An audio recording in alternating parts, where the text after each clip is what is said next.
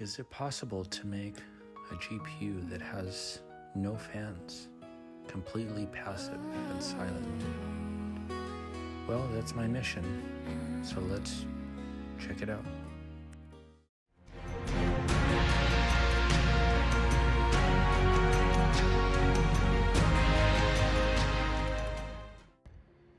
Hello everyone, and welcome back to another super exciting repair and chat.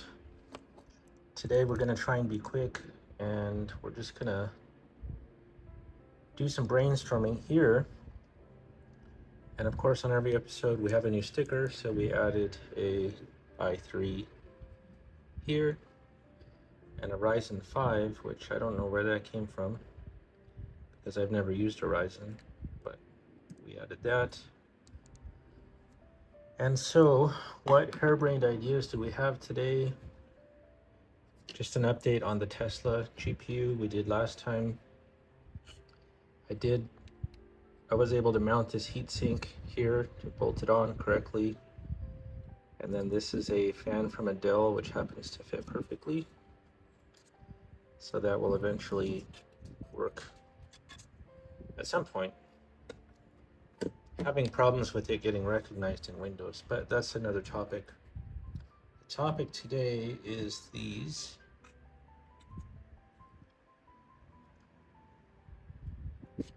So these are recently purchased GPUs for the GPU comparison series.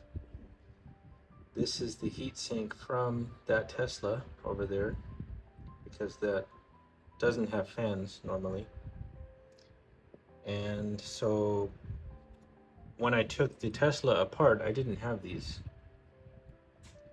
And I mentioned in there that I might have cut that part out, I'm not sure. I've mentioned it a couple times. I have always wanted to make a passive PC, meaning no fans. That's pretty hard to do, but I wanted to try anyway. I was able to get away with having no CPU fan. That was step one. But no matter what I did, I couldn't have a fanless GPU. So there was never a video about that, I don't think. What I did was I had a GPU like this, and I took the fans off, and I just let the natural air from the system hit it.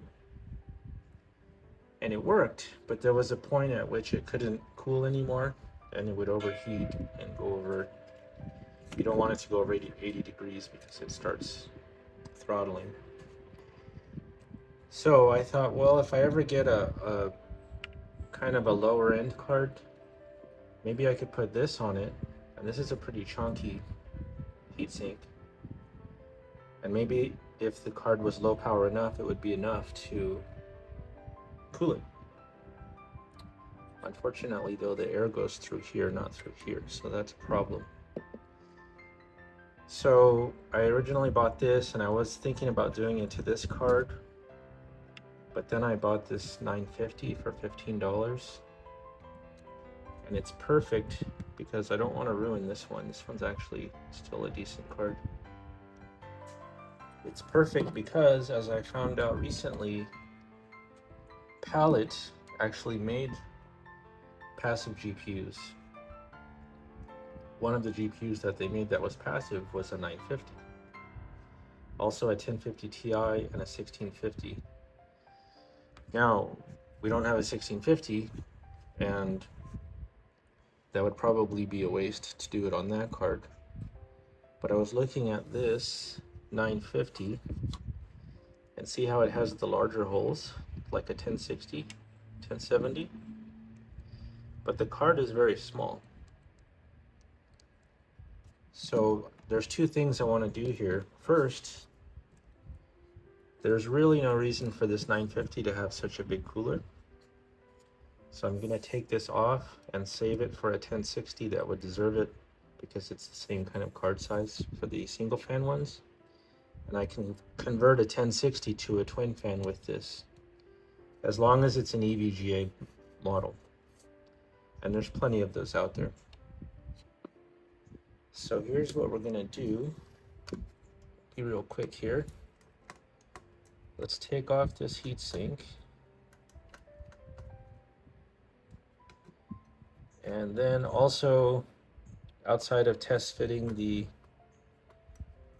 passive heatsink, I have a 1060 heatsink and an RX 550 heatsink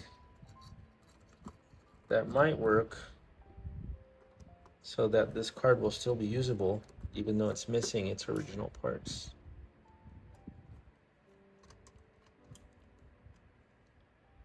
Let's see. This probably has, yeah, more screws. Some overkill design here for such a little card. But that's because this is probably, this 950 came out so late in its lifespan that it was, this is basically a layout of a 1060, I believe. And then they just put the 950 on it because only the 1060s I've seen have both bolt patterns for the small and the big. As far as I know, correct me if I'm wrong. So let's take this out. Okay. Pretty basic heatsink, triple. How many do we got there? Maybe that's 4. 1, 2. Oh, it's 2. These are connected here, so it's 3. But I don't imagine that this 950 gets very hot. Look at the PCB, there's nothing there. It's like a cartoon one. So let's try this. I believe the power. The thing is with this heatsink is it's too low.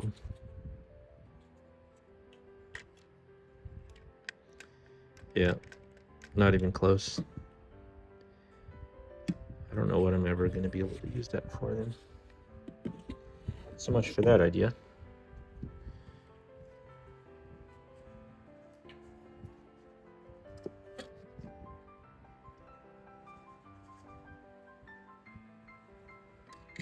So let's try this from the 1060.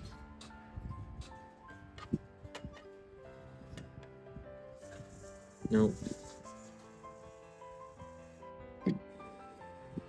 Oh, nothing fits. Let's try this guy.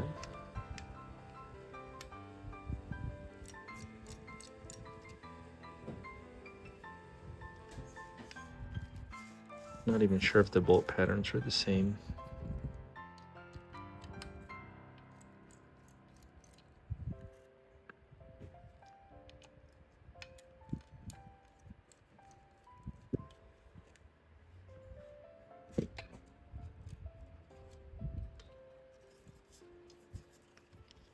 Let's see.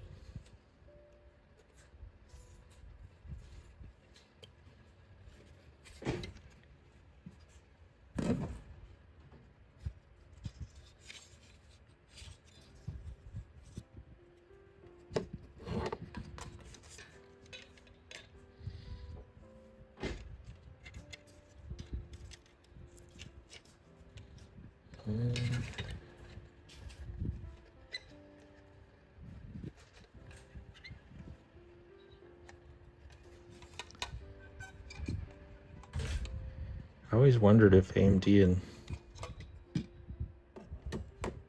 NVIDIA were the same or not. No, it's smaller. Well, let's see.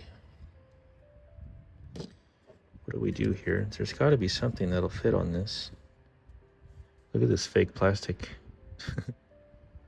Doesn't do anything.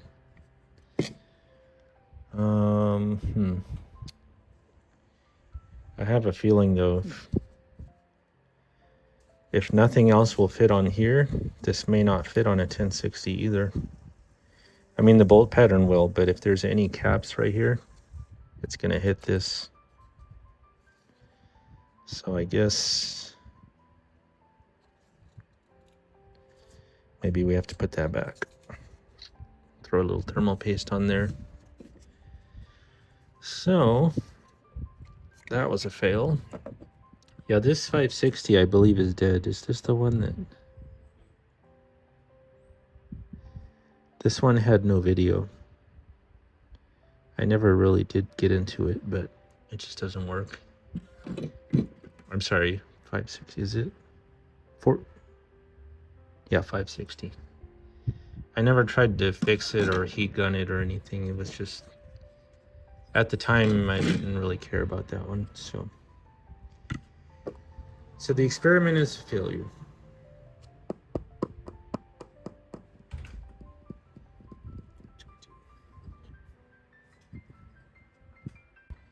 All right, well, that didn't work. So we're just gonna put it back the way it was.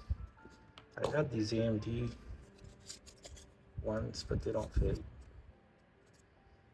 The board configuration's all different. Usually you can't swap heatsink and combos unless it's from the same manufacturer. So we're just gonna go ahead and put this back for now. It probably, I don't know, I've never tried a 950 before, but it would probably cool okay with just the, you know, just the heatsink, because it's not a 1060. I doubt it gets very hot. Anyway, my theory, which didn't work, was I was gonna see if I could put this on a GPU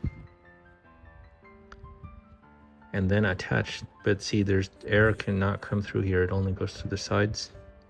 So this would get really hot right here. And then I was gonna put this here,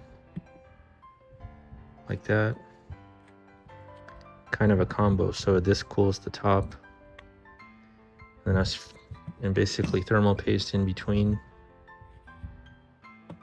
And then I was trying to figure out how to attach this, and I see there's little 4 holes for the fans that go on top of this that you could get a screw through to.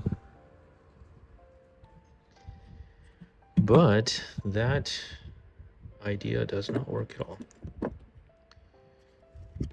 Maybe I have to find a 1050. And then about the Tesla, why it's not working, I don't know. There's an error in Windows that says there's not enough resources.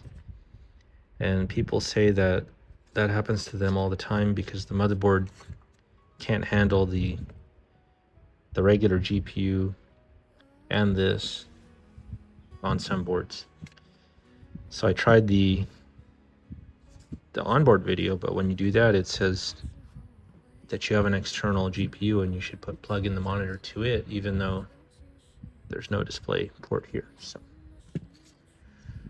all right, that's what's going on. And then I want to show you this.